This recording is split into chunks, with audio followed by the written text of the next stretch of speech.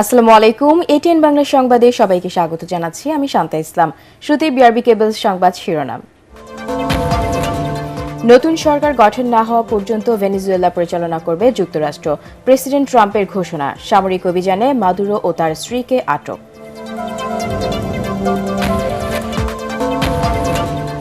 যাচাই বাছাইয়ে তারেক রহমান, শফিকুর, মির্জা ফখরুল ও নাহিদের মনোনয়ন বৈধ ঘোষণা। আনিসুল, জারা সহ অনেক হেভিওয়েট নেতার প্রার্থীর বাতিল। বেগম খালেদা জিয়ার কবরে শ্রদ্ধা জানাতে বিএনপি নেতাকর্মী ও সাধারণ মানুষের ঢল। তারেক রহমানের নেতৃত্বে এগিয়ে যাবে দেশ, বললেন রিজভী।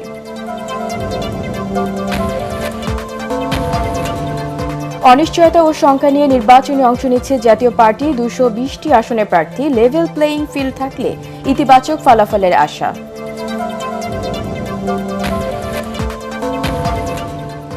এবং রাজনৈতিক দলগুলোর ইশতেহার বাস্তবায়নের আইনি কাঠামো চান সুজন সম্পাদক। নির্বাচনে পুলিশ নিরপেক্ষভাবে কাজ করবে আশা ডিএমপির।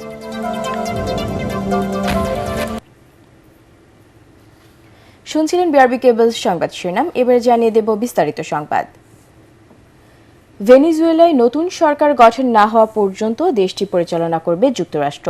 ভেনেজুয়েলাকে ধনী ও নিরাপদ রাষ্ট্র বানানোর প্রতিশ্রুতি দিয়েছেন মার্কিন প্রেসিডেন্ট ডোনাল্ড ট্রাম্প। এর আগে ভেনেজুয়েলায় বড় ধরনের সামরিক অভিযানের পর দেশটির প্রেসিডেন্ট নিকোলাস মাদুরো ও তার স্ত্রীকে আটক করে যুক্তরাষ্ট্র। তাদের নিউ ইয়র্কে নেওয়া হচ্ছে বলে জানিয়েছে ফক্স নিউজ। এই ঘটনার পর ভেনেজুয়েলা জুড়ে জরুরি অবস্থা জারি করা হয়েছে। আশিকুর রহমান জানাচ্ছে বিস্তারিত। স্থানীয় সময় শনিবার ভোররাতে লাতিন আমেরিকার দেশ ভেনেজুয়েলার রাজধানী কারাকাস সহ দেশটির একাধিক স্থানে হামলা চালায় মার্কিন সেনারা। আতঙ্কে কেঁপে ওঠে পুরো শহর।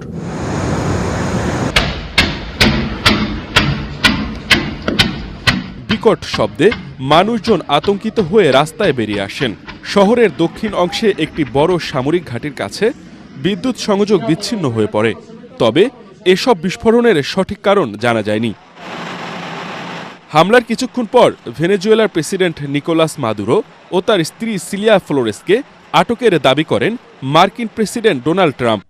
সামাজিক যোগাযোগ মাধ্যম ট্রুথ সোশ্যালে তিনি জানান, নিকোলাস মাদুরো ও তার স্ত্রীকে আটক করে ভেনেজুয়েলার বাইরে নিয়ে যাওয়া হয়েছে। তিনি বলেন, অভিযানটি যুক্তরাষ্ট্রের আইন প্রয়োগকারী সংস্থাগুলোর সঙ্গে সমন্বয়ের মাধ্যমে পরিচালিত হয়েছে। সংবাদ সম্মেলনের মাধ্যমে এ বিষয়ে জানানোর ঘোষণাও দেন তিনি। তবে এই হামলার বিষয়ে বিস্তারিত কোনো তথ্য এখনও হোয়াইট হাউস বা পেন্টাগন থেকে আনুষ্ঠানিকভাবে জানানো হয়নি। কাতার ভিত্তিক সংবাদ মাধ্যম আল জাজিরার খবরে বলা হয়েছে, ভেনেজুয়েলায় মার্কিন হামলা হলেও দেশটির মাদুরো বিরোধী পক্ষ জানিয়েছে এই ইস্যুতে কোনো আনুষ্ঠানিক বক্তব্য দেবেন না তারা। এ ঘটনার পর ভেনেজুয়েলা জুড়ে জরুরি অবস্থা জারি করা হয়েছে। দেশটির সরকারের পক্ষ থেকে জানানো হয়েছে, কারাকাস, মিরান্ডা, আরাগুয়া এবং লাগুয়াইয়ার হামলা করেছে যুক্তরাষ্ট্র। এটিকে যুক্তরাষ্ট্রের সামরিক আগ্রাসন হিসেবে বর্ণনা করেছে মাদুরো সরকার।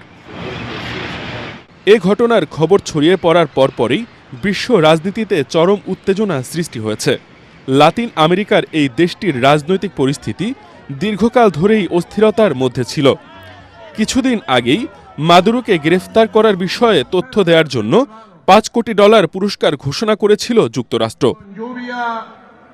যদি ট্রাম্পের এই দাবি সত্য হয়, তবে এটি বর্তমান সময়ের সবচেয়ে বড় আন্তর্জাতিক সামরিক ও রাজনৈতিক ঘটনা হিসেবে গণ্য হবে। আশিকুর রহমান, এটিএন বাংলা। যাচাই বাছাইয়ে ঢাকা 17, বগুড়া 6 আসনে বিএনপির ভারপ্রাপ্ত চেয়ারম্যান তারেক রহমানের মনোনয়নপত্র বৈধ ঘোষণা করা হয়েছে। ঢাকা 15 আসনে মনোনয়ন গৃহীত হয়েছে জামায়াতের আমির ডক্টর শফিকুর রহমানের। ঢাকা 11 আসনে এনসিপির আহ্বায়ক নাহিদ ইসলামের মনোনয়নপত্র বৈধতা পেয়েছে। ভোটারের তথ্যে ত্রুটি থাকায় ঢাকা 9 আসনে স্বতন্ত্র প্রার্থী ডাক্তার তাসনিম জারা এবং স্বাক্ষরে গরমিল থাকায় চট্টগ্রাম 5 আসনে ব্যারিস্টার আনিসুল ইসলাম মাহমুদের মনোনয়ন বাতিল করেছেন রিটার্নিং অফিসার। এদিকে বগুড়ায় বাতিল হলেও ঢাকা 18 আসনে মাহমুদুর রহমান মান্নার মনোনয়ন বৈধ ঘোষণা করা হয়েছে। মিজান শাহজাহানের রিপোর্ট। সারা দেশে রিটার্নিং কর্মকর্তার কার্যালয়ে 5 দিন ধরে চলা মনোনয়নপত্র যাচাই বাছাই চলবে রোববার পর্যন্ত। ঢাকা ১৭ আসনে বিএনপির ভারপ্রাপ্ত চেয়ারম্যান তারেক রহমানের মনোনয়নপত্র বৈধ ঘোষণা করেছেন রিটার্নিং কর্মকর্তা। বগুড়া ৬ আসনেও তার মনোনয়নপত্র যাচাই বাছাই শেষে বৈধ ঘোষণা করেন জেলা প্রশাসক ও রিটার্নিং কর্মকর্তা তৌফিকুর রহমান। বগুড়া ৭ গাবতলী শাহজাহানপুর আসনে বিএনপির প্রার্থী হিসাবে মনোনয়নপত্র জমা দিয়েছিলেন দলটির চেয়ারপারসন বেগম খালেদা জিয়া। মৃত্যুজনিত কারণে তার মনোনয়নপত্র বাতিল ঘোষণা করেন রিটার্নিং কর্মকর্তা। এই আসনে বিএনপির বিকল্প প্রার্থী গাবতলী উপজেলা বিএনপির সভাপতি মোর্শেদ মিল্টনের মনোনয়নপত্র বৈধ ঘোষণা করা হয়েছে। ঠাকুরগাঁও ১ আসনে বিএনপির মহাসচিব মির্জা ফখরুল ইসলাম আলমগীরের মনোনয়নপত্র বৈধ ঘোষণা করেছেন রিটার্নিং কর্মকর্তা ইশরাত ফারজানা। ঢাকা ১৫ আসনে জামাতের প্রার্থী দলটির আমির ডাক্তার শফিকুর রহমান ও বিএনপির প্রার্থী শফিকুল ইসলাম মিল্টনের প্রার্থিতা বৈধ ঘোষণা করা হয়েছে। ঢাকা ১১ আসনে বৈধ ঘোষণা করা হয়েছে এনসিপির আহ্বায়ক নাহিদ ইসলামের মনোনয়নপত্র। এই আসনে মনোনয়নপত্র বৈধ হয়েছে বিএনপির প্রার্থী এম এ কাইয়ুমের। ঢাকা ১১ আসনের জনগণকে নিয়ে মাদক সন্ত্রাস এবং চাঁদা মুক্ত একটি কল্যাণ এলাকা আমি তৈরি করতে চাই। ঢাকা ৮ আসনে বৈধ ঘোষণা করা হয়েছে এনসিপির মুখ্য সমন্বয়ক নাসির উদ্দিন পাটোয়ারির প্রার্থিতা। ইলেকশনের তফসিল দেওয়ার পরে আমরা নির্বাচন কমিশনকে বাংলাদেশে আর দেখতে পাচ্ছি না। চিফ ইলেকশন কমিশনার থেকে শুরু করে বিভিন্ন জায়গায় বাংলাদেশে বড় ধরনের শোডাউন হচ্ছে পলিটিক্যাল পার্টিগুলোর। আমরা সেই বিষয়ে নির্বাচন কমিশনকে আহ্বান জানাবো, যদি আপনি দায়িত্ব পালনে কোথাও অপারগতা দেখেন বা কোথাও থেকে প্রেশার ফিল করেন, জনগণের সামনে আসুন, জনগণকে চেহারা দেখান। ঢাকা ৬ আসনে বিএনপির ইশরাক হোসেন ও ঢাকা ১০ আসনে একই দলের রবিউল ইসলাম রবির মনোনয়নপত্র বৈধ হয়েছে। সকলেই যাতে ভোট কেন্দ্রে উপস্থিত হয়ে যার যার পছন্দসই মার্কায় তারা ভোট দিতে পারেন অথবা প্রার্থীদেরকে ভোট দিতে পারেন, সেটি নিশ্চিত করার জন্য আমরা সকল কিছু করার জন্য প্রস্তুত রয়েছি। অন্যদিকে ঢাকা ৯ আসনে এনসিপির সদ্য পদত্যাগকারী সিনিয়র যুগ্ম সদস্য সচিব ডাক্তার তাসলিম জারার মনোনয়নপত্র বাতিল করেছেন রিটার্নিং কর্মকর্তা। নির্বাচন কমিশনে আপিলের সিদ্ধান্ত নিয়েছেন এই স্বতন্ত্র প্রার্থী। আজকে যেটা চ্যালেঞ্জ হলো, আসলে আমাদের তো রাইট টু ইনফরমেশন ওভাবে থাকে না।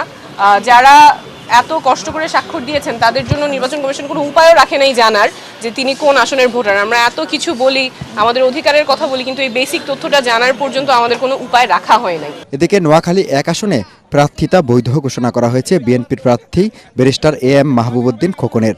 মনোনয়নপত্র যাচাই বাছাই শেষে দিনাজপুর ৩ আসনে বিএনপির বিকল্প প্রার্থী সৈয়দ জাহাঙ্গীর আলমের মনোনয়নপত্র বৈধ ঘোষণা করা হয়েছে। এই আসনে প্রার্থী ছিলেন বেগম খালেদা জিয়া। এদিকে ব্রাহ্মণবাড়িয়া ৬ আসনে বিএনপির জোট প্রার্থী হিসাবে মনোনয়ন বৈধ হয়েছে গণসংহতি আন্দোলনের জোনায়েদ সাকির। মনোনয়নপত্রের স্বাক্ষরে মিল না থাকায় চট্টগ্রাম ৫ আসনের সংসদ সদস্য প্রার্থী জাতীয় পার্টির একাংশের চেয়ারম্যান ব্যারিস্টার আনিসুল ইসলাম মাহমুদের মনোনয়ন বাতিল করা হয়েছে। জামালপুর ১ আসনে বিএনপির কেন্দ্রীয় কমিটির কোষাধ্যক্ষ রশিদুজ্জামান মিল্লাতের মনোনয়নপত্র বৈধ ঘোষণা করেছেন রিটার্নিং অফিসার মোহাম্মদ ইউসুফ আলী। খুলনা এ পর্যন্ত ৬ আসনের ৫টিতে বাছাই শেষ হয়েছে। ৪২ প্রার্থীর মধ্যে ১০টি মনোনয়নপত্র বাতিল ও একটি স্থগিত করা হয়েছে। পঞ্চগড় ১ আসনে ১১ দলীয় জোটের প্রার্থী হিসাবে এনসিপির মুখ্য সংগঠক সার্জিস আলম, বিএনপির কেন্দ্রীয় কমিটির আন্তর্জাতিক বিষয়ক সম্পাদক ব্যারিস্টার নওশাদ জমিরের মনোনয়নপত্র বৈধ ঘোষণা করেছেন রিটার্নিং কর্মকর্তা। মামলা সংক্রান্ত জটিলতার কারণে সাতক্ষীরা ১ আসনে বিএনপির প্রার্থী হাবিবুল ইসলাম হাবিবের মনোনয়ন স্থগিত করা হয়েছে।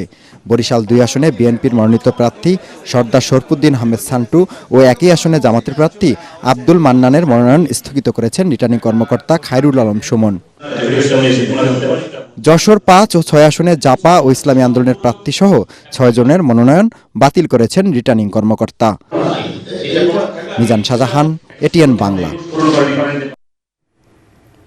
বেগম খালেদা জিয়ার আদর্শ আর জনগণকে দেয়া অঙ্গীকার সহ তার দেখানো পথ ধরে বিএনপির ভারপ্রাপ্ত চেয়ারম্যান তারেক রহমানের নেতৃত্বে দেশ এগিয়ে যাবে বলে মন্তব্য করেছেন দলটির সিনিয়র যুগ্ম মহাসচিব রুহুল কবির রিজভী। সদ্য প্রয়াত দলের চেয়ারপারসনের কবর জিয়ারত শেষে তিনি একথা বলেন। এদিকে ৩ দিনের রাষ্ট্রীয় শোক শেষ হলেও খালেদা জিয়ার সমাধি ঘিরে শোকার্ত মানুষের ভিড় এখনও কমেনি। আরও জানাচ্ছেন মুশফিকুর রহমান।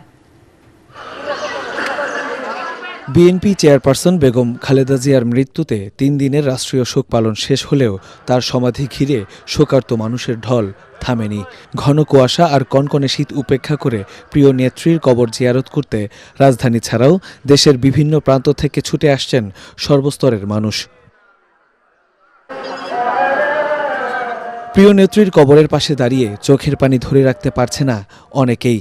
ফাতিহা পাঠ আর দোয়া মোনাজাত করছে বিএনপির অঙ্গ সংগঠন সহ নানা শ্রেণী পেশার মানুষ। ভাঙা ঘর থেকে ধরে রাজপথে নেমে আমাদের জন্য যা করণীয় দরকার ছিল, দেশ এবং মাটি, মানুষের নেত্রী হিসাবে আমরা ওনাকে শ্রদ্ধা করি এবং ভালোবাসি। ভালোবাসার টানে আসছি, তার জন্য দোয়া করতে। খুব খারাপ লাগছে, আমরা তো কৃষক মানুষ, আমরা আসতে পারি নাই, তবে আমরা যাই কালকে রাত্রে আসছি, তার জন্য যাই দোয়া করতে। সে আমাদের যা দিয়ে গেছে আমরা তার ঋণ কখনো শোধ করতে পারবো না। আসলে সে আমাদের নারী জাতির গর্ব। বাপ যেরকম ছেলেও সেরকম, মা যেরকম ছেলেও সেরকম। আশা করি ইনশাল্লাহ শূন্যস্থান পূর্ণ হবে। নেতাকর্মীদের নিয়ে বেগম খালেদা জিয়ার কবরে শ্রদ্ধা জানাতে আসেন জাতীয়তাবাদী মহিলা দল। শেখ হাসিনা সরকার ইচ্ছাকৃতভাবে কারাগারে বেগম খালেদা জিয়াকে ভুল চিকিৎসার মাধ্যমে মৃত্যুর দিকে ঠেলে দিয়েছিল বলে অভিযোগ করেন বিএনপির নেতারা। জনগণের প্রত্যাশা পূরণে তারেক রহমান বাবা মায়ের আদর্শ ধারণ করে দেশকে এগিয়ে নিয়ে যাবেন বলে প্রত্যাশার কথা জানান দলের সিনিয়র যুগ্ম মহাসচিব রুহুল কবির রিজভী। বেগম খালেদা জিয়া যে আদর্শ, যে নৈতিকতা, যে অঙ্গীকার জনগণের কাছে দিয়েছিলেন, তার দেখানো পথ দিয়ে এগিয়ে গেলেই আমরা গণতন্ত্র সমুন্নত রাখতে পারবো, আমরা দেশের পতাকাকে ধরে রাখতে পারবো, স্বাধীনতাকে ধরে রাখতে পারবো, সার্বভৌমত্বকে ধরে রাখতে পারবো। এবং তার জ্যেষ্ঠ পুত্র বিএনপির ভারপ্রাপ্ত চেয়ারম্যান জনাব তারেক রহমান, তার যে পতাকা তিনি হাতে নিয়েছেন, তার মায়ের প্রদর্শিত পথ ধরেই তিনি এগিয়ে নিয়ে যাবেন এই দেশকে। তিনি দলের জন্য কাজ করেছেন, দেশের জন্য কাজ করেছেন, দেশকে তিনি কোনো বিপদে কিন্তু দেশ ছেড়ে চলে যান নাই। তো সেই শিক্ষায় শিক্ষিত আমরা অবশ্যই এটা কোনো রকমের ব্যাঘাত ঘটবে না, বরং আরো শক্তিতে পরিণত হয়ে সাধারণ জনগণই আমাদের পক্ষে কাজ করবে ইনশাল্লাহ। পরে শ্রমিক দলের নেতাকর্মীদের নিয়ে বিএনপির প্রয়াত দুই প্রধান শহীদ রাষ্ট্রপতি জিয়াউর রহমান এবং বেগম খালেদা জিয়ার কবর জিয়ারত করেন দলের স্থায়ী কমিটির সদস্য নজরুল ইসলাম খান। শ্রমজীবী মানুষের কল্যাণের জন্য অনেক কিছু তিনি করেছেন এবং তার বিশেষ গুরুত্বপূর্ণ হলো শ্রম কল্যাণ ফাউন্ডেশন, লেবার ওয়েলফেয়ার ফাউন্ডেশন, যে ফাউন্ডেশনের তহবিলের ব্যবস্থা করে গেছেন তিনি। 8 কোটি কোটি টাকা সেই তহবিলে এবং তা দিয়ে দুস্থ শ্রমিকদের জন্য কল্যাণমূলক কাজ করা হয়। এই মানুষ দুজন আমাদের অত্যন্ত শ্রদ্ধার মানুষ, আমরা তাদের আত্মার মাগফিরাত কামনা করি। নতুন প্রজন্ম বেগম খালেদা জিয়ার আদর্শকে ধারণ করে দেশকে এগিয়ে নিয়ে যাবে, সেই প্রত্যাশাই করেন সমাধিতে আসা অসংখ্য মানুষ। মুশফিকুর রহমান, এটিএন বাংলা, ঢাকা। বেগম খালেদা জিয়ার প্রতি দেশ জুড়ে এবং বিদেশে অবস্থানরত অনুসারীদের দোয়া, ভালোবাসা ও সমবেদনা প্রকাশ করায় সবার প্রতি কৃতজ্ঞতা জানিয়েছেন বিএনপির ভারপ্রাপ্ত চেয়ারম্যান তারেক রহমান। নিজের ভেরিফাইড ফেসবুক পেজে তিনি বলেন, তার মা ভিন্ন ভিন্ন মানুষের কাছে ভিন্ন ভিন্ন তাৎপর্য বহন করতেন। অনেকের কাছে তিনি ছিলেন আপোষহীনতার প্রতীক।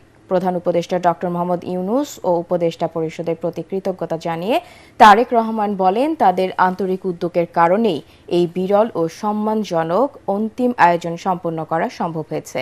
আন্তর্জাতিক বন্ধু রাষ্ট্রসমূহ, দেশ বিদেশের নেতৃবৃন্দ, কূটনীতিক ও অংশীদারদের প্রতিও আন্তরিক ধন্যবাদ জানান তিনি।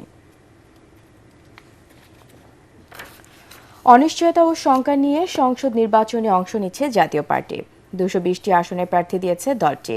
জিয়াপা মহাসচিব শামীম হায়দার পাটোয়ারি জানান, লেভেল প্লেয়িং ফিল্ড থাকলে এবং মানুষ স্বতঃস্ফূর্তভাবেই ভোট দিতে পারলে ইতিবাচক ফলাফল আসবে।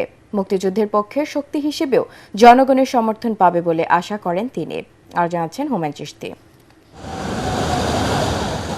বিগত 3টি জাতীয় সংসদে কখনো সরকারের অংশীদার, কখনো প্রধান বিরোধী দলের ভূমিকায় ছিল জাতীয় পার্টি। আওয়ামী লীগের সাথে আসন ভাগাভাগি, সমঝোতা এবং সংসদে ভূমিকার কারণে গৃহপালিত বিরোধী দলের তকমা পেয়েছিল দলটি। তাই জুলাই গণ আন্দোলনে দলের ইতিবাচক ভূমিকা থাকার পরও জুড়েছে ফ্যাসিবাদের দোসরের তকমা। ঐক্যমত্য কমিশন বা নির্বাচন কমিশনের কোনো সংলাপে ডাক পায়নি জাতীয় পার্টি। দলটি নিষিদ্ধেরও দাবি তুলেছে জামায়াত, এনসিপি, গণ অধিকার পরিষদ সহ বিভিন্ন দল। রাজনৈতিক কর্মসূচি চালাতে গিয়েও পড়েছে বাধার মুখে। এমনকি একাধিকবার জাতীয় পার্টির অফিসে আগুন দেওয়ার ঘটনাও ঘটে। বিগত 3টি জাতীয় সংসদে আওয়ামী লীগের সাথে থাকায় সাংগঠনিকভাবে দল ক্ষতিগ্রস্ত হয়েছে বলে স্বীকার করেন মহাসচিব শামীম পাটোয়ারি। এবার আবারও দল ভাঙলেও ভোটের মাঠে এর প্রভাব ফেলবে না বলে মনে করেন তিনি। আমাদেরকে ভোট করতে দিবে কিনা এটা নিয়ে একটি সংশয় ছিল। আমাদেরকে আন্দোলন করে, যুদ্ধ করে, বিপ্লব করে এটা অর্জন করতে হয়েছে। সবাই মিলে একসাথে থাকলে তো অবশ্যই দলে একটা মোমেন্টাম সৃষ্টি হতো অবশ্যই। তবে জাতীয় পার্টি এখন শক্তিশালী হচ্ছে দিন দিন, অনেকে ফিরেও এসেছে। আমাদের 244 জন মনোনয়ন নিয়েছিলেন এবং সেখান থেকে আমরা জানতে পেরেছি প্রায় 220 জনের মতো মনোনয়ন জমা দিয়েছে। দেশব্যাপী আমরা কোটির উপরে ভোট পাবো, এটা আমাদের একটা অ্যাসেসমেন্টে মনে হচ্ছে। জাতীয় পার্টির অনেকেই এবার অনেক ভালো ফল করবে এবং অনেক স্থানে অপ্রত্যাশিত ফলাফল হবে। আমরা 71-এর পক্ষের শক্তি, মুক্তিযুদ্ধের সুমহান চেতনাকে আমরা খুব জোর দিয়ে আঁকড়ে ধরেছিলাম গত সারা জীবন এবং গত 15 মাস। ফলে আমরা অবশ্যই অনেকের সহানুভূতি ভোটের সময় চাইতে পারি, পেতে পারি। সেটার মধ্যে আওয়ামী লীগও থাকবে। বিভিন্ন ইসলামী দলের সাথে জোট করার কথা শোনা গেলেও শেষ পর্যন্ত জাতীয় পার্টির সাথে কোনো জোট হয়নি। তবে সম্ভাবনা শেষ হয়নি বলেও জানান জাপা মহাসচিব। ইসলামিক দল যদি কেউ আসে বা আমরা যদি কারো কাছে যাই, সেখানে স্থান ভেদে কিছু জোট হতে পারে। রাজনীতি শেষ কথা বলে কিছু নাই। সামনের 10-15 দিনে আমার মনে হয় অনেক পলিটিক্যাল টার্নই আসবে। কোনো সমঝোতা বা আসন বিন্যাস বিএনপির সাথে হবে এরকম কোনো আলামত আমরা দেখি না। তো বিএনপির সাথে বন্ধুত্বপূর্ণ সম্পর্ক রাখতে আমরা আগ্রহী। বিএনপি ডেসপারেটলি চাচ্ছে, জেনুইনলি চাচ্ছে জাতীয় পার্টি যেন ভোটে অংশগ্রহণ করে, কারণ জাতীয় পার্টি ভোটে অংশগ্রহণ না করলে ভোটের নিয়ন্ত্রকটা অনেক ক্ষেত্রেই জামাত বা অন্য ইসলামিক দল হয়ে যাবে। তারা যদি ভোট বর্জন করতে চায় তখন বিএনপি তাদের টার্মস মানতে বাধ্য হবে। শামীম হায়দার পাটোয়ারি বলেন, সারা দেশে জাতীয় পার্টির নেতাকর্মীরা একটি উৎসবমুখর ও অংশগ্রহণমূলক নির্বাচনের জন্য প্রস্তুত। নির্বাচনে সব দলের জন্য সমান সুযোগ নিশ্চিত করার দাবি জানান তিনি। হুমায়ুন চিস্তি, এটিএন বাংলা, ঢাকা।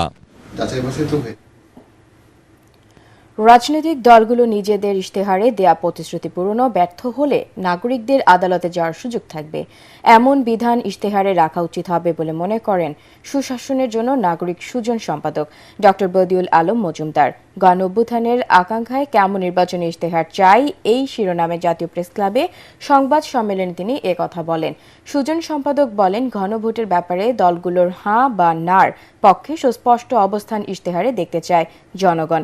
আইনে না থাকলেও ভ্রাতৃ প্রতিম সংগঠন হিসেবে দেশ বিদেশে অনেক সংগঠন রেখেছে দলগুলো। এগুলো বিলুপ্তির বিষয়ে তাদের সুস্পষ্ট অবস্থান ইশতেহারে থাকা উচিত বলেও মনে করেন বদিউল আলম মজুমদার। রাজনৈতিক দলগুলো যাতে স্বচ্ছ রাজনৈতিক দল হয়, গণতান্ত্রিক রাজনৈতিক দল হয়, তারা যেন তাদের নির্বাচনী ইশতেহারে তথ্য অধিকার আইনে রাজনৈতিক দলগুলোকে অন্তর্ভুক্ত করার, আইনের অধীনে অন্তর্ভুক্ত করার তারা সুস্পষ্ট অঙ্গীকার করে। রাজনৈতিক দলগুলো অস্পষ্টতা না দূর করে তারা সুস্পষ্ট অবস্থান নেই, তারা হার পক্ষে না হয় না হার পক্ষে। আসন্ন জাতীয় সংসদ নির্বাচনে লেভেল প্লেইং ফিল্ড নিশ্চিতে পুলিশ নিরপেক্ষতার সাথে কাজ করছে বলে জানিয়েছেন ডিএমপি কমিশনার শেখ সাজ্জাদ আলী। সেগুন বাগিচায় ক্র্যাবের বার্ষিক সাধারণ সভায় তিনি একথা বলেন। বর্তমানে অপরাধ এবং আইন শৃঙ্খলা পরিস্থিতি পুলিশের নিয়ন্ত্রণে আছে এবং ওসমান হাদির খুনিদের ধরতে পুলিশ সর্বোচ্চ গুরুত্ব দিয়ে কাজ করছে বলেও জানান ডিএমপি কমিশনার। জাতীয় নির্বাচনকে সামনে রেখে অনেককেই গানম্যান দেওয়া হয়েছে। আগামীতেও কোনো প্রার্থী নিরাপত্তা ঝুঁকি মনে করে গানম্যান চাইলে তা দেয়া হবে বলে জানান সাজ্জাদ আলী। বিএনপি জামায়াত ও স্বতন্ত্র প্রার্থীর মধ্যে ত্রিমুখী লড়াইয়ের আভাস পাওয়া যাচ্ছে খিলগাঁও, সবুজবাগ ও মুগদা থানা নিয়ে গঠিত ঢাকা 9 আসনে। নিজস্ব কৌশলে ভোটারদের মন জয় করার চেষ্টা করছেন প্রার্থীরা। ক্ষমতায় আসলে তীব্র গ্যাস সংকট সমাধানে উদ্যোগ নেওয়ার প্রতিশ্রুতি দেন তারা। মিজান শাহজাহানের রিপোর্ট। খিলগাঁও, সবুজবাগ ও মুগদা এলাকার প্রধান সমস্যা, দিনের অধিকাংশ সময় লাইনে গ্যাসের চাপ থাকে না, ফলে অনেক পরিবারই রান্নার জন্য ব্যবহার করেন সিলিন্ডার গ্যাস। সম্প্রতি 1450 টাকার সিলিন্ডার গ্যাস কিনতে হচ্ছে 2200 থেকে 2500 টাকায়। একদিকে গ্যাস সংকট, অন্যদিকে জলাবদ্ধতা, যানজট ও খানাকন্দে ভরা সড়ক। নানা সংকটে জর্জরিত ঢাকা 9 আসনকে নতুন করে সাজাতে চান বিএনপির প্রার্থী হাবিবুর রশিদ। আনুষ্ঠানিক প্রচারণা শুরু না হলেও দলীয় নেতাকর্মীদের পাশাপাশি সর্বস্তরের ভোটারদের সাথে মত বিনিময়ে ব্যস্ত সময় পার করছেন তিনি। গ্যাস যে সমস্যাটি, এটা আসলে মানে আমাদের শুধু লোকাল সমস্যা, স্থানীয় সমস্যা না, এটি আসলে আমাদের সরকারি একটি সমস্যা। এই ক্ষেত্রে নির্বাচন ইশতেহার রয়েছে, তারা এই গ্যাস সংকট মুক্ত করার জন্য জাতীয়ভাবেই তারা নতুনভাবে উদ্যোগ গ্রহণ করবে। আর এছাড়া আমরাও চেষ্টা করব যে সেইটার ভাগিদার যে আমরা হতে পারি। নিয়মিত জনসংযোগ করছেন জামাতের প্রার্থী কবির আহমেদ। নিম্ন আয়ের লোকদেরকে আমরা কর্মসংস্থান দেওয়ার জন্য আমাদের পক্ষ থেকে যথেষ্ট চেষ্টা করছি এবং আমরা যদি নির্বাচিত হতে পারি তাদের জন্য আমরা এখানে কর্মসংস্থান সৃষ্টি করব। এনসিপির সিনিয়র যুগ্ম সদস্য সচিব ডাক্তার তাসনিম জারা এই আসনে তাদের দলের প্রার্থী ছিলেন। এনসিপি জামাতের সাথে নির্বাচনে জোট করায় দল থেকে পদত্যাগ করে স্বতন্ত্র প্রার্থী হিসেবে নির্বাচন করছেন তাসনিম জারা। তবে বাছাইয়ে তার মনোনয়নপত্র বাতিল হয়ে যায়, নির্বাচন কমিশনে আপিল করবেন তিনি। যেই দুইজনের কথা ওনারা বলেছেন যাদের সত্যতা পেয়েছেন কিন্তু ঢাকা নগরের ভোটার না, এই দুইজনের ক্ষেত্রেই তাদের জানার কোনো উপায় ছিল না যে তারা কোন এলাকার ভোটার এবং ঢাকা নগরের ভোটার না। নির্বাচন কমিশন কোনো উপায় রাখে নাই ভোটারদের জানার জন্য যে তারা কোন আসনের ভোটার কিংবা ভোটার নাম্বার কত। ভোটের মাঠে লড়াইকে ব্যক্তিগত সংঘাতে নিতে রাজি নন প্রার্থীরা। তারা বলেন উৎসবের আমেজ শেষ পর্যন্ত ধরে রাখতে সর্বোচ্চ সহায়তা করবেন নির্বাচন কমিশনকে। মিজান শাহজাহান, এটিএন বাংলা, ঢাকা। নির্বাচনী হলফনামায় অধিকাংশ হেভিওয়েট প্রার্থীর আর্থিক অবস্থা করুণ। মাসে লাখ টাকার বেশি আয় নেই অনেকেরই। তারেক রহমান ও শফিকুর রহমানের চেয়ে বার্ষিক আয় নাহিদ ইসলামের বেশি, যেখানে তারেক রহমানের বার্ষিক আয় শেয়ার ও ব্যাংক জমা থেকে আর শফিকুর রহমানের আয় কৃষি থেকে। ত্রয়োদশ জাতীয় নির্বাচনের প্রার্থীদের জমা দেওয়া মনোনয়ন বিশ্লেষণ করে এসব তথ্য পাওয়া যায়। বিস্তারিত জানাচ্ছেন সাজ্জাদ জাহান। জাতীয় নির্বাচনে অংশ নেয়ার অন্যতম শর্ত প্রার্থীকে হলফনামায় জানাতে হয় ব্যক্তিগত অনেক তথ্য, যেখানে উল্লেখ থাকে প্রার্থীর সম্পদ, বার্ষিক আয় ও শিক্ষাগত যোগ্যতা। ত্রয়োদশ জাতীয় সংসদ নির্বাচনে অংশ নেয়া প্রার্থীদের হলফনামা বিশ্লেষণ করে দেখা যায় বিএনপির ভারপ্রাপ্ত চেয়ারম্যান তারেক রহমান নিজেকে রাজনীতিবিদ হিসেবে দেখিয়েছেন। হলফনামায় নিজের দ্বৈত নাগরিকত্ব নেই বলে উল্লেখ করেছেন। তার বার্ষিক আয় 6,76,000 টাকা। আয়ের উৎস হিসেবে দেখিয়েছেন ব্যাংকে রাখা স্থায়ী আমানত ও শেয়ার। হলফনামা অনুযায়ী তারেক রহমানের স্থাবর ও অস্থাবর সম্পদ মোট 1,97,00,000 টাকা। অপরদিকে জামায়াতের আমির ডাক্তার শফিকুর রহমান ঢাকা 15 আসন থেকে নির্বাচন করবেন। পেশা হিসেবে দেখিয়েছেন চিকিৎসা। জামায়াত আমিরের প্রায় 1.5 কোটি টাকার স্থাবর অস্থাবর সম্পত্তি রয়েছে, নেই কোনো ঋণ। স্থাবর সম্পদের মধ্যে শফিকুর রহমানের কৃষিজমি রয়েছে 217%। ঢাকা 11 আসনে লড়ছেন এনসিপির আহ্বায়ক নাহিদ ইসলাম। শিক্ষাগত যোগ্যতা অনার্স পাস দেখিয়ে হলফনামায় পেশা উল্লেখ করেছেন পরামর্শক। তার বার্ষিক আয় 16 লাখ টাকা, নগদ আছে 19 লাখ টাকা। সব মিলিয়ে তার অস্থাবর সম্পদের পরিমাণ 30 লাখ টাকা।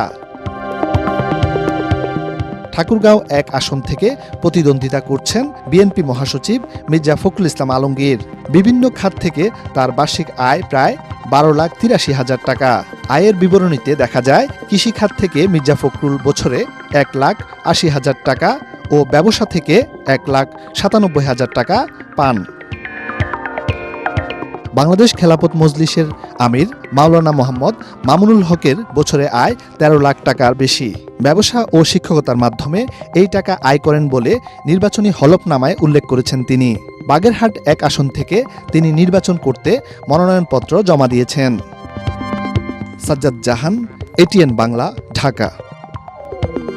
নানা সমস্যায় জর্জরিত ঢাকা 5 আসনকে সুন্দরভাবে সাজিয়ে তুলতে ভোটারদের নানা প্রতিশ্রুতি দিচ্ছেন এখানকার ভোটাররা। বিএনপি জামায়াত সহ এখানে এমপি হতে চান মোট 15 জন। প্রার্থীরা প্রচারণায় ব্যস্ত সময় পার করলেও ভোটারদের মাঝে এখনও তৈরি হয়নি নির্বাচনী আমেজ। বিস্তারিত ইয়াসিন রানার রিপোর্ট। যাত্রাবাড়ী, ডেমরা ও কদমতলী থানার একাংশ নিয়ে গঠিত ঢাকা 5 আসনের ভোটার সংখ্যা 4,20,000। ঘনবসতি এই এলাকার খালগুলো পরিণত হয়েছে ড্রেনে। মাদক, চাঁদাবাজি সহ নানা সমস্যায় জর্জরিত ভোটাররা। সায়দাবাদ ও যাত্রাবাড়িতে যানজটের নাকাল বাসিন্দারা।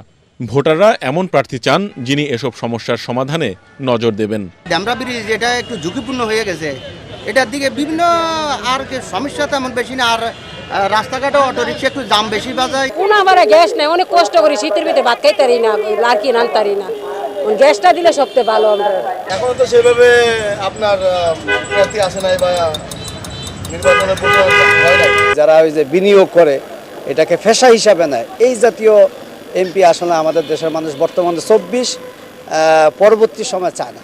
এই আসনে বিএনপির প্রার্থী নবিউল্লাহ নবী ও জামাতের প্রার্থী অ্যাডভোকেট কামাল হোসেন বিভিন্ন এলাকা ঘুরে ভোটারদের সমস্যা সমাধানের প্রতিশ্রুতি দিচ্ছেন তারা।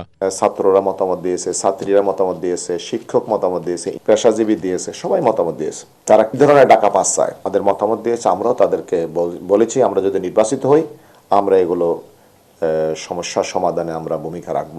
আমি পূর্ণ আস্থাশীল এবং পরিপূর্ণ আশাবাদী জনগণ এবার দাঁড়িপাল্লাকে ব্যাপক ভোটে বিজয় করবে ইনশাআল্লাহ ঢাকা পাসে। বিএনপি জামাত ছাড়াও এখানে লড়বেন আরও 13 জন প্রার্থী।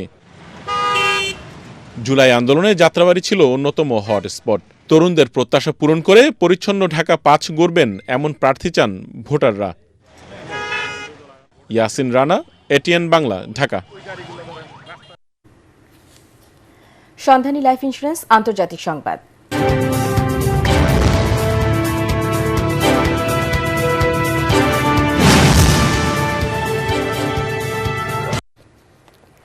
শান্তিপূর্ণ আন্দোলনে ইরান হামলা করলে বিক্ষোভকারীদের উদ্ধারে এগিয়ে আসবে যুক্তরাষ্ট্র, এমন হুঁশিয়ারি দিয়েছেন মার্কিন প্রেসিডেন্ট ডোনাল্ড ট্রাম্প। তবে মার্কিন হস্তক্ষেপের বিরুদ্ধে দ্রুত ব্যবস্থা নেওয়ার হুমকি দিয়েছে তেহরান। এক বিবৃতিতে ট্রাম্পের ভীতি প্রদর্শনমূলক বক্তব্যের তীব্র নিন্দা জানিয়েছে ইরানের পররাষ্ট্র মন্ত্রণালয়। এতে বলা হয় যে কোনো আগ্রাসনের বিরুদ্ধে ইসলামী প্রজাতন্ত্র ইরানের প্রতিক্রিয়া হবে ব্যাপক। এদিকে সামাজিক যোগাযোগ মাধ্যমে এক্সে বিক্ষোভের একটি ভিডিও শেয়ার করেছে মার্কিন পররাষ্ট্র দপ্তর। এতে ইরানি জনগণের সাহসের প্রশংসা করেছে তারা। এবার খেলার খবর।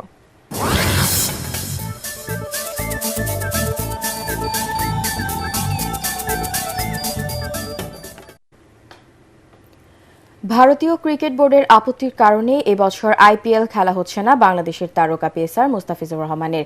বিসিসিআই এর নির্দেশে কাটার মাস্টারকে বাদ দিয়েছে শাহরুখ খানের দল কলকাতা নাইট রাইডার্স। এতে ক্ষুব্ধ বাংলাদেশের সাবেক ক্রিকেটাররা। মুস্তাফিজকে আইপিএল খেলতে না দেওয়ায় বাংলাদেশ ভারত দ্বিপাক্ষিক সিরিজ অনিশ্চয়তায় পড়তে পারে বলে শঙ্কা তাদের। পরাগ আরমানের রিপোর্ট। আইপিএলে মুস্তাফিজের খেলা শুরু 2016 সাল থেকে। অভিষেক মৌসুমে 16 ম্যাচে 17 উইকেট নিয়ে সানরাইজার্স হায়দ্রাবাদের শিরোপা জয়ে ভূমিকা রাখেন। তাছাড়া আইপিএলের ইতিহাসে প্রথম বিদেশি ক্রিকেটার হিসেবে ইমার্জিং প্লেয়ার পুরস্কার জেতেন তিনি। কলকাতা নাইট রাইডার্স ছিল মুস্তাফিজের ষষ্ঠ দল। নিলামে মুস্তাফিজকে ক্যারিয়ারের সর্বোচ্চ 9 কোটি 20 লাখ রুপি, বাংলা টাকায় 12 কোটি 37 লাখে দলে নেয় কলকাতা। সম্প্রতি বাংলাদেশ ভারত টানাপোড়েনে হিন্দুত্ববাদী সংগঠনগুলো মুস্তাফিজকে দলে নেয়ার ব্যাপারে প্রতিবাদ জানায়। এবার বিসিসিআই এর নির্দেশে কলকাতা খেলাতে পারবে না মুস্তাফিজকে। To release one of their player, Mustafizur Rahman of Bangladesh, from their squad. BCCI has also said that if they ask for any replacement, BCCI is going to allow that replacement. মুস্তাফিজকে নিষিদ্ধ করায় ক্ষোভে ফুটছে বাংলাদেশের ক্রিকেটাঙ্গন। আমাদের সরকারেরই কথা বলা উচিত যে বাংলাদেশ দল যে ওয়ার্ল্ড কাপ খেলতে যাচ্ছে সেখানে তাদের আসলে কি দায়িত্ব নিশ্চয়তা আছে, তাদেরকে প্রোটেকশন দিতে পারবে তারা। ধর্মকে টেনে এই ধরনের কর্মকাণ্ড এটি আমার কাছে একদম টোটালি যুক্তিসঙ্গত মনে হয় না। আইসিসির এখন চিন্তা করার সময় হয়েছে। সারা ওয়ার্ল্ড ক্রিকেট, প্রত্যেকটা ওয়ার্ল্ডের বড় বড় দেশ তারাই চিন্তা করা উচিত যে ক্রিকেটটাকে কোথায় নিয়ে যাওয়া। আমার মনে হয় এখন চিন্তা করার সময় হয়েছে। 2008 সালে মুম্বাই সন্ত্রাসী হামলায় রাজনৈতিক ও কূটনৈতিকভাবে অবনতি ঘটে ভারত ও পাকিস্তানের মধ্যে। তাতে 2009 সাল থেকে আইপিএলে পাকিস্তান খেলোয়াড় নিষিদ্ধ করা হয়। এবার সংখ্যালঘু নির্যাতনের অভিযোগে ভারত নিষিদ্ধ করল একমাত্র বাংলাদেশি ক্রিকেটার মুস্তাফিজকে। তবে বাংলাদেশি ক্রিকেটারদের ক্ষেত্রে এই নিষেধাজ্ঞা সাময়িক নাকি দীর্ঘমেয়াদী তা এখনই বলা সম্ভব নয়। পরাগ আরমান, এটিএন বাংলা। শেষ করার আগে বিআরবি কেবল সংবাদ শিরোনাম আরও একবার। নতুন সরকার গঠন না হওয়া পর্যন্ত ভেনেজুয়েলা পরিচালনা করবে যুক্তরাষ্ট্র, প্রেসিডেন্ট ট্রাম্পের ঘোষণা। সামরিক অভিযানে মাদুরো তার স্ত্রীকে আটক।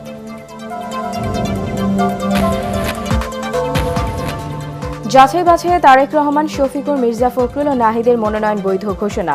আনিসুল জারা সহ অনেক হেভিওয়েট নেতার প্রার্থিতা বাতিল।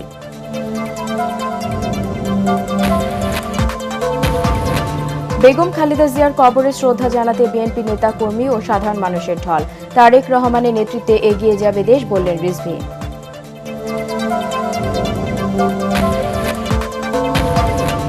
অনিশ্চয়তা ও শঙ্কা নিয়ে নির্বাচনে অংশ নিচ্ছে জাতীয় পার্টি 220টি আসনের প্রার্থী। লেভেল প্লেইং ফিল্ড থাকলে ইতিবাচক ফলাফলের আশা।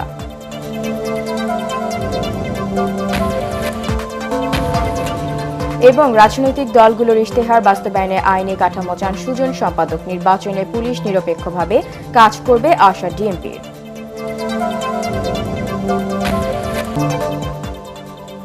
দর্শক, পরবর্তী সংবাদ দেখার আমন্ত্রণ জানিয়ে এখনকার মতো শেষ করছি। এটিএন বাংলা সংবাদ ইউটিউবে দেখতে ব্রাউজ করুন youtube/ATN Bangla News। ধন্যবাদ।